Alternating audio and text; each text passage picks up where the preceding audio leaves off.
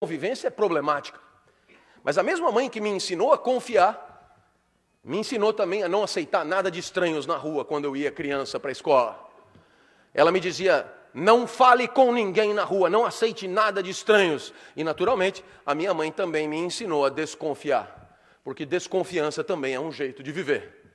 Valores complexos, confiança e desconfiança, os dois a serviço da convivência. Professor, qual que é melhor? Eu já expliquei que o problema é seu. Pelo que o senhor falou, é melhor confiar. Eu não me lembro de ter falado nada disso. Não me tome por um tirano qualquer. Se o problema é seu, o problema é seu. A desconfiança também é bem legal. Afinal, quantos chifres você teria evitado se tivesse desconfiado mais? Quanto roedor de corda, quanto canalha, quanto vagabundo, quanto mentiroso, quanto ladrão, quanta gente que te rouba sistematicamente. Então, claro, a desconfiança ajuda a conviver, tanto quanto a confiança. Claro que a incerteza paira. E junto com essa incerteza, um sentimento típico de quem é livre para escolher a própria vida. Esse sentimento, desde Kierkegaard, a gente chama de angústia. A angústia te acompanhará. Professor, não é motivacional a palestra? Estava escrito no programa, palestra motivacional. A angústia te acompanhará. Porque a angústia acompanha todo mundo que tem que fazer alguma coisa com a vida e com a convivência e não sabe bem o quê. Por quê? Porque os valores são complicados, porque não há mesmo grandes certezas sobre o melhor jeito de viver e de conviver. E quando eu disse que a angústia te acompanhará, uma jovem, minha aluna, levantou o braço. Eu achei até que ela fosse polemizar. Eu achei até que ela fosse me dizer que a vida é bela e que eu era um fulano triste. Mas para minha surpresa, nada disso. Ela agradeceu pelo conceito. Obrigado pelo conceito de angústia, professor. É um sentimento que eu sempre senti, só me faltava o nome. Eu não sei nem se eu devia estar fazendo esse curso. Eu me pergunto o tempo inteiro, eu acho que eu sempre escolho errado. A angústia sempre me acompanhou. Eu sou mesmo angustiada. Obrigado pelo conceito de angústia. Achei esquisito. Jovem de capital estético elevado, tinha tudo para ter uma visão mais ingênua da vida, já entrou ali na universidade pública, não tem que pagar curso, não tem que nada, vai sair empregada provavelmente, aluna de jornalismo, tinha tudo para ter uma visão mais ingênua da vida, mas ela garantia, a angústia sempre me acompanhou. Então eu desconfiei dela e pedi um exemplo. Professor, o meu namorado estuda engenharia aqui na frente, escola politécnica, ele faz mecatrônica. O senhor pode imaginar o tipinho, mas eu gosto dele. Agora em Corpus Christi, a gente não tem aula, é semana do saco cheio, e a gente aproveita para fazer o JUCA, Jogos Universitários de Comunicação, lá em Avaré. E eu falei, vem comigo, vamos divertir, vamos descansar, desopila um pouco, larga disso. E ele não pôde ir. Estava fazendo um robô, estava terminando um robô, faltavam só 2 antenas assim para o robô ficar pronto, sem as antenas o robô não funciona. Vai você. Quando eu cheguei lá em Avaré, me dei conta rapidamente que o esporte era um pretexto muito sem vergonha daquele encontro. Não diga o que as pessoas estavam fazendo, sacanagem, professor. O que é exatamente sacanagem? É sexo, professor. Eu olhei para aquela moça e imaginei uma centena iguais a ela, em Avaré, fazendo sexo.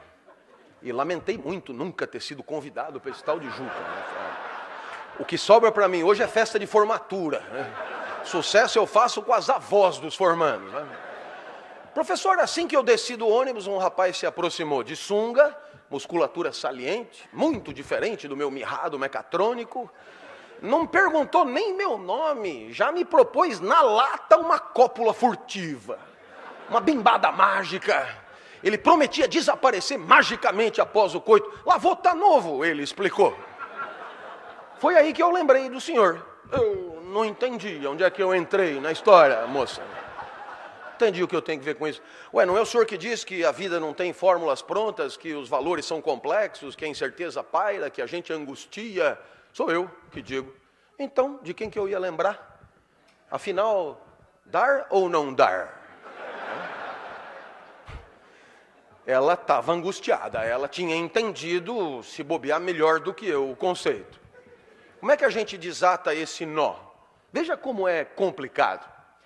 Há uns 4 meses eu fui convidado pela Google americana para dar uma palestra semelhante a essa na Califórnia, e para minha surpresa, né, lá, claro, tinha um banner com valores, e o primeiro valor que eles escolheram, a primeira referência para a convivência que eles escolheram ali, né?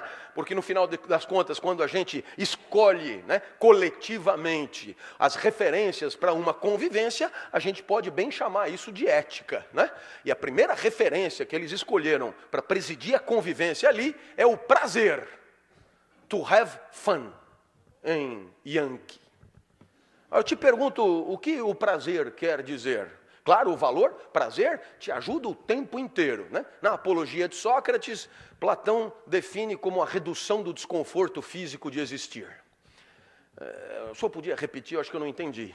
O prazer é a redução do desconforto físico de existir. Mais ou menos assim, você come para diminuir a fome, bebe para diminuir a sede, abre a janela para diminuir o calor, liga o ar-condicionado, tira o paletó, põe o paletó, e assim o prazer, ele gerencia, né, a gestão da microexistência, né? É um tal de Goffman que conta exatamente isso, né? O prazer é gerenciador da pequena vida, né? E é claro, pelo prazer, aí você podia perguntar, mas e o orgasmo, por exemplo?